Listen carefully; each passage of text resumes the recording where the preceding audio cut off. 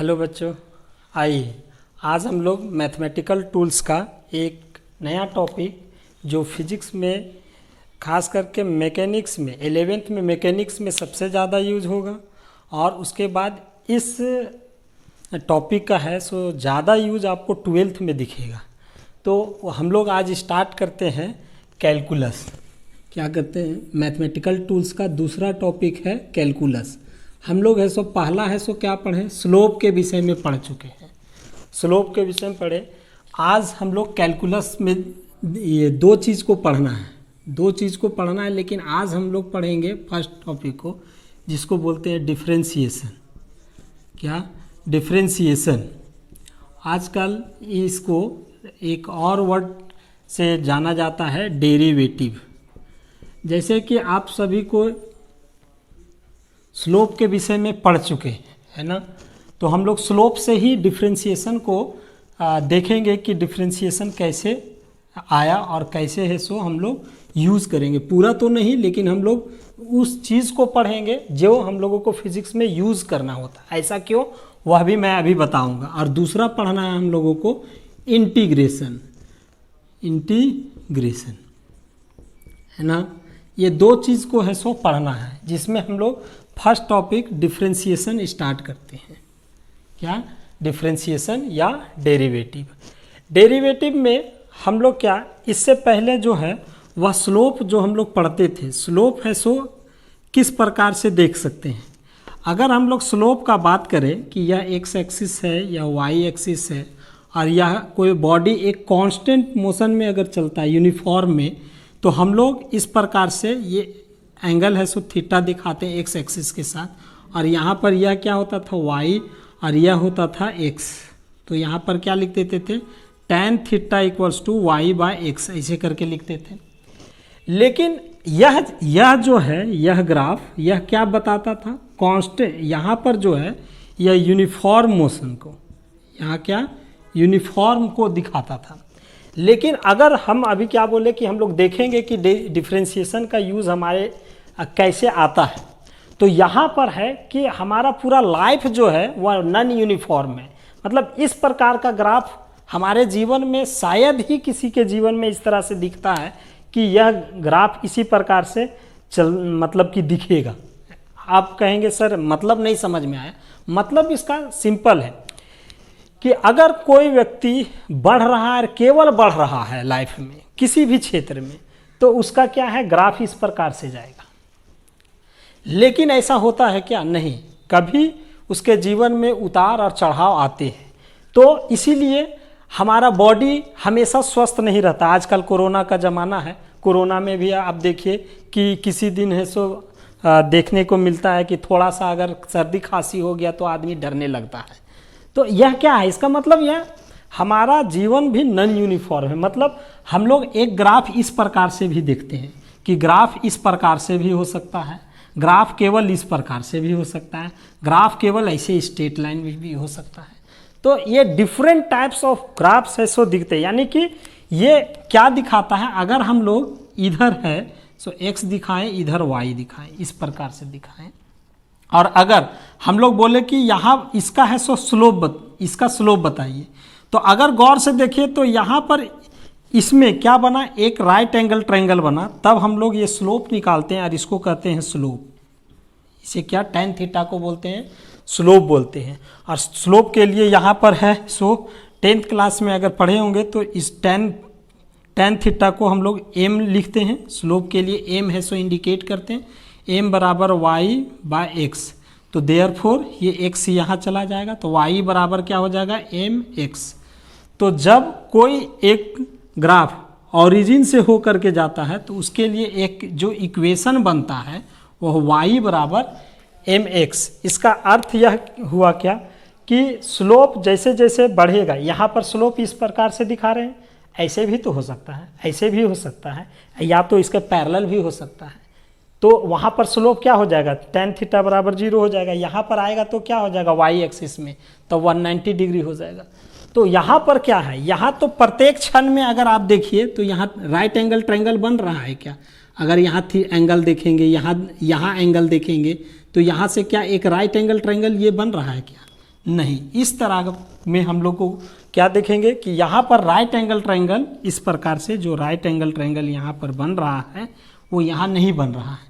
इस तरह में क्या है कि प्रत्येक क्षण हमेशा है सो हमारा है सो क्या है, मोशन चेंज करते जा रहा है। तो हम लोग यहाँ पर कहेंगे कि यहाँ पर जो स्लोप है वह क्या है, वेरिएबल है। वेरिएबल है, क्या है, वेरिएबल। और यहाँ पर जो स्लोप है वह क्या है, स्लोप जो है यहाँ पर इस जगह पर यहाँ यूनिफॉर्म है। तो जहाँ पर हम लोगों का स्लोप वेरिएबल आए, मतलब वेरिएबल कोई भी चीज़ कब अधिक होगा कब कम होगा, इस तरह की बात आए तो वहाँ पर हम लोग है सो डिफ्रेंशिएशन का प्रयोग करते हैं। इसको अगर थोड़ा सा एक्सप्लेन और किया जाए मैथमेटिकल वे में तो समझ में और लगे आएगा कि ऐसा क्यों बोल रहे हैं। अगर हम लोग इसको यहाँ पर ऐसे करके ले ले, एक थोड़ा सा स्लोप इस प्रकार से ले ले कि ये एक ऐसे ग्राफ खींचे, कैसे भी तो ग्राफ हो सकता है। कहिएगा सर ऐसे भी तो, हाँ हो सकता है, जैसे आप चाहे वैसे हो सकता है। तो हम मान लेते हैं कि यहाँ पर है सो एक ग्राफ इस प्रकार से है। यहाँ एक पॉइंट मान लेते हैं कि यहाँ पर 1.1 है और यहाँ पर 1.2 है। इस पॉइंट का कोऑर्डिनेट मतलब निर्देशांक जो आप लोग 10th क्लास में पढ़े हैं वह क्या होगा, वह होगा x1 y1 अगर पहला पॉइंट है तो, और यहाँ पर क्या होगा, यहाँ हो जाएगा x2 y2, ऐसे करके हो जाएगा। अगर हम लोग कहे कि इसका स्लोप इस पॉइंट का है सो स्लोप निकालिए, तो हम लोगों को क्या करना होगा, देखिए ये है क्या, ये है टैन का मतलब टेंजेंट खींचना होगा। इसका मतलब इस पॉइंट पर टेंजेंट खींचिए, टेंजेंट खींचिएगा तो इस प्रकार से ऐसे करके खींचिएगा तो ये ऐसे दिखेगा, यहाँ पर एंगल ऐसे करके थीटा बनाएगा। और इस जगह पर अगर आप मतलब टेंजेंट खींचिएगा तो कैसे खींचिएगा, ऐसे करके खींचिए, ऊपर जाएगा तो इस प्रकार से, नीचे आएगा तो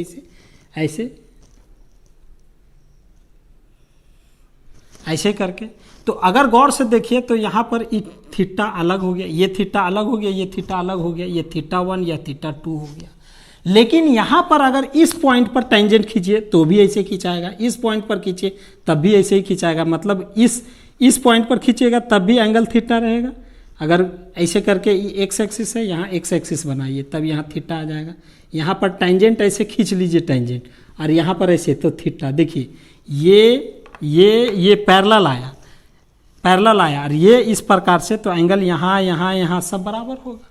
लेकिन इस जगह में एंगल बराबर नहीं होगा। अगर गौर से देखिए तो यहाँ से ये इस प्रकार से, यहाँ ये आपका इस प्रकार से टेंजेंट खींचे थी, एंगल यहाँ कुछ है सो, और यहाँ एंगल क्या है, थोड़ा बड़ा बना। तो इस तरह का कंसेप्ट में हम लोग है सो डिफ्रेंशिएशन को लाते हैं। कैसे, इसको गौर से देखिए। हमारा है सो क्या टारगेट था, हमारा टारगेट था कि यह एक राइट एंगल ट्रायंगल बने।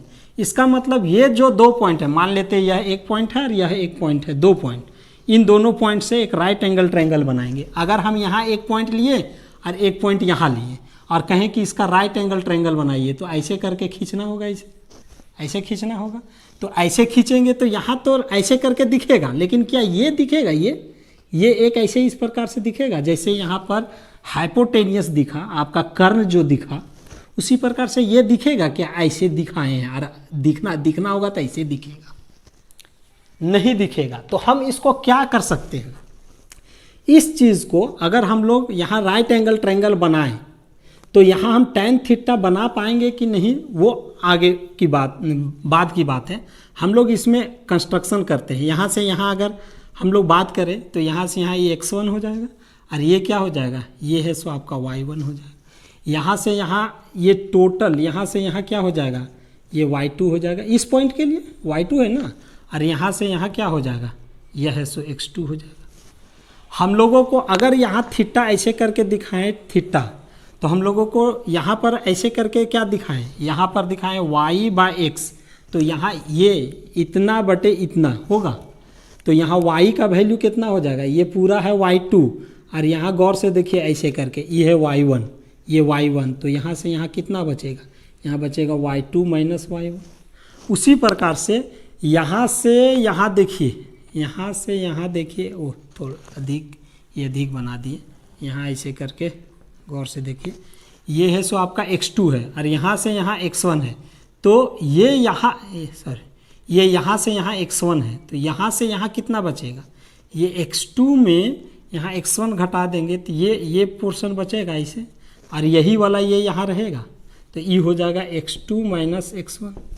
तो हम लोग क्या करेंगे, ये y2 तो ऐसे लिख सकते हैं y बाय एक्स, यहाँ y बाय एक्स, तो लिखेंगे y2 माइनस y1 बटे x2 माइनस x1 ऐसे लिखेंगे।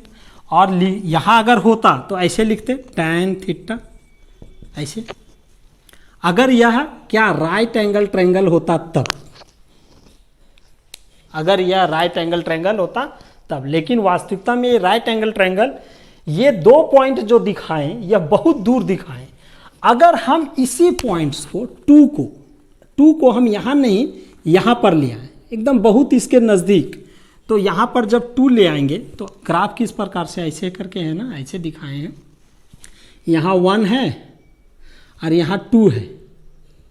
अगर हम इस 2 को यहाँ ले आए ऐसे करके 2, तो अगर गौर से देखिए ये ऐसे आ रहा है, ऐसे बन जाएगा, ये ऐसे आ रहा है ऐसे, तो ये लगेगा राइट एंगल ट्रायंगल है। हम ऐसे भी कर सकते हैं कि 1 को 2 के करीब ले जाए, मतलब 1 को यहाँ ले जाए, 1 यहाँ, तो ये क्या ऐसे करके ऐसे और ऐसे दिखेगा, तो ये देखिए ये एक ये हाइपोटेनियस दिखेगा आपको, ऐसे करके हाइपोटेनियस, मतलब बहुत ही नज़दीक जब ले जाए, यानी क्या x यहाँ पर अगर 2 को 1 के नज़दीक ले जाए या 1 को 2 के नज़दीक ले जाए, 1 को 2 या 2 के 1 के नज़दीक ले जाया जाए, तो क्या है, संभव है कि यह है सो एक राइट एंगल ट्रायंगल बनेगा और यह tan थीटा है सो दिखेगा। तो इस तरह का प्रोसेस को, इस तरह का जहाँ पर हम लोगों को बहुत कम समय के लिए कोई चीज़ का जो बदलाव हुआ है बहुत कम समय के लिए और वह नॉन यूनिफॉर्म है, वहाँ पर हम लोग डिफ्रेंशिएशन का प्रयोग में लाते हैं।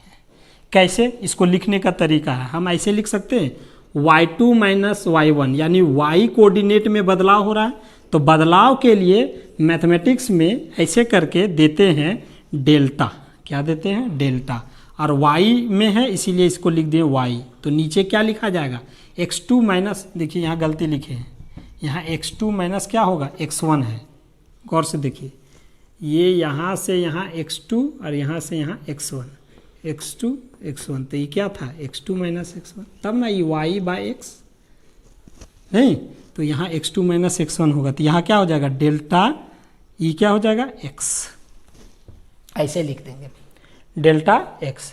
अब यहाँ पर हम लोग ऐसे करके दिखा रहे हैं कि ये इसी को हम लोग क्या कहेंगे tan थीटा कहेंगे, लेकिन यह डेल्टा y और डेल्टा x है, सो जब बड़ा चेंज हो, लार्ज चेंज हो तब हम लोग ये इस्तेमाल करते हैं डेल्टा, इसको जो छोटा ट्रायंगल लिखे हैं उसको डेल्टा कहा जाता है, क्या कहते हैं डेल्टा। लेकिन यही जब बहुत ही स्मॉल चेंज हो, बहुत ही स्मॉल चेंज हो तब यहाँ पर ये एन है बाबू, ये एन चेंज,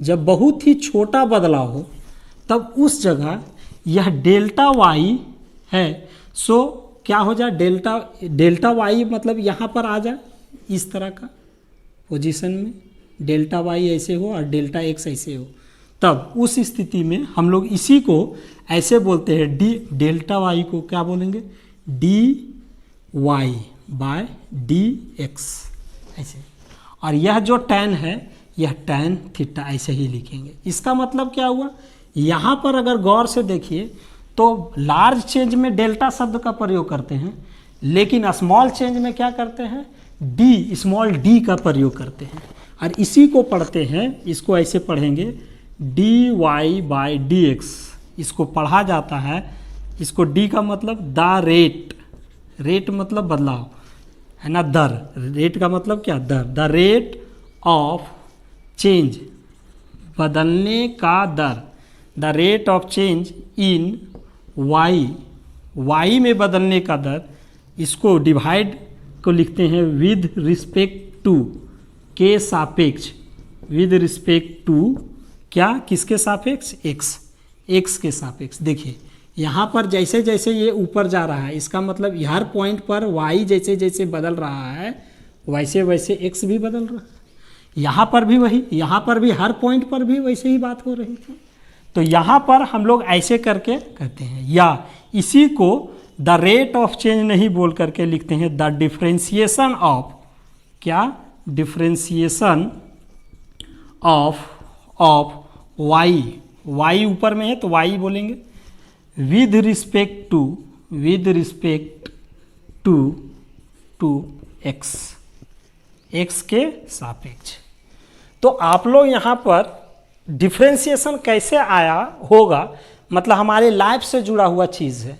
तो हाँ, न्यूटन ने इस बात को है सो सबसे पहले बात को रखें कि न्यूटन, हालांकि बहुत सारे लेक्चरर और बहुत सारे यूट्यूबर या तो बहुत सारे आप बुक में है सो डिफरेंट देखेंगे कि इससे पहले ये खो चुके थे, इससे पहले ये बात कर चुके थे, बहुत सारी बातें हैं। लेकिन हम लोगों को उसमें नहीं पढ़ना है, हम लोगों को ये पढ़ना है कि हम लोग है सो डिफ्रेंसिएशन का इस्तेमाल किस चीज़ में करते हैं। तो डिफ्रेंसिएशन का इस्तेमाल हम लोग किस चीज़ में किए, देखिए गौर से देखिए, यहाँ पर ऐसे लास्ट में जो आए dy बाई डी एक्स जो किए वह किस में, tan थीटा। tan थीटा क्या होता है, स्लोप, क्या होता है, स्लोप। यानी कि स्लोप के लिए हम लोग है सो बात करते हैं, यानी कैसे उतार और चढ़ाव होगा। यानी कि जहाँ पर हम लोगों को, हम जो अभी बात बोलने जा रहे हैं वह आपका पूरा फिजिक्स में दिखेगा और वह मैथमेटिकली वैसे है सो कैलकुलेट किया जाता है। क्या कि जब कोई मैक्सिमम वैल्यू निकालना रहेगा, फोर्स कब मैक्सिमम होगा, कब मिनिमम होगा, चार्ज कब मैक्सिमम किसी बॉडी में रहेगा, कब मिनिमम रहेगा, कि वेलोसिटी कब मैक्सिमम होगा, कब मिनिमम होगा, पोटेंशियल डिफरेंस कब मैक्सिमम होगा, मिनिमम होगा, इस तरह का जब अगर किसी इक्वेशन के रूप में दिया जाता है तब वहाँ पर हम लोग इक्वेशन, मैंने क्या बोला, इक्वेशन के रूप में दिया जाता है। इसका मतलब वह कोई ना कोई एक है, सो इस प्रकार से y इक्वल टू दिया रहेगा, तब ना y बदलेगा किसके रिस्पेक्ट में, x के रिस्पेक्ट में। तो नेक्स्ट टॉपिक में हम लोग यह देखेंगे तो हम लोगों को कि डिफ्रेंसिएशन का हम लोग फिजिक्स में इस्तेमाल कैसे करेंगे। तो वास्तविकता यहाँ पर हम लोग क्या देखें कि डिफ्रेंसिएशन क्या है। डिफ्रेंसिएशन में हम लोग जो स्टार्टिंग करते हैं वह dy बाई डी एक्स क्या होता है, dy by d x slope होता है। क्या होता है, स्लोप होता है। स्लोप बराबर क्या होता है, tan थीटा होता है। या कोई एक इक्वेशन दिया हुआ है तो उसका हम लोग है सो एक बार डिफ्रेंसिएशन करते हैं, यहाँ पर the differentiation of y with respect to x। या इसी को ऐसे करके और एक लिखा जा सकता है, द डेरिवेटिव ऑफ ऐसे द डी से डेरिवेटिव, डी से डिफ्रेंसिएशन, डी से रेट ऑफ चेंज, डी से रेट ऑफ चेंज इन किसमें, y ऊपर वाला में, विद रिस्पेक्ट टू नीचे वाला x। तो यहाँ the derivative of y with respect to, short में ऐसे लिखते हैं, x। तो नेक्स्ट टॉपिक में हम लोग डिफ्रेंसिएशन का छोटा छोटा है सो रूल देखेंगे और रूल देख करके उसको आगे बढ़ेंगे जो फिजिक्स में यूज़ होगा। इसमें केवल एक चीज़ ध्यान रखना है कि डिफ्रेंसिएशन क्या होता है, डिफ्रेंसिएशन होता है सो स्लोप होता है, ये ध्यान रखना है। और किसी भी कर्व का हमको सो डिफ्रेंसिएशन निकाल रहे हैं, इसका मतलब वह उसका क्या निकाल रहे हैं, स्लोप निकाल रहे हैं। ये मैथ्स में आप बहुत अच्छे से जानिएगा। अभी केवल है सो आप इसका केवल समझिए कि ये कहाँ से आया।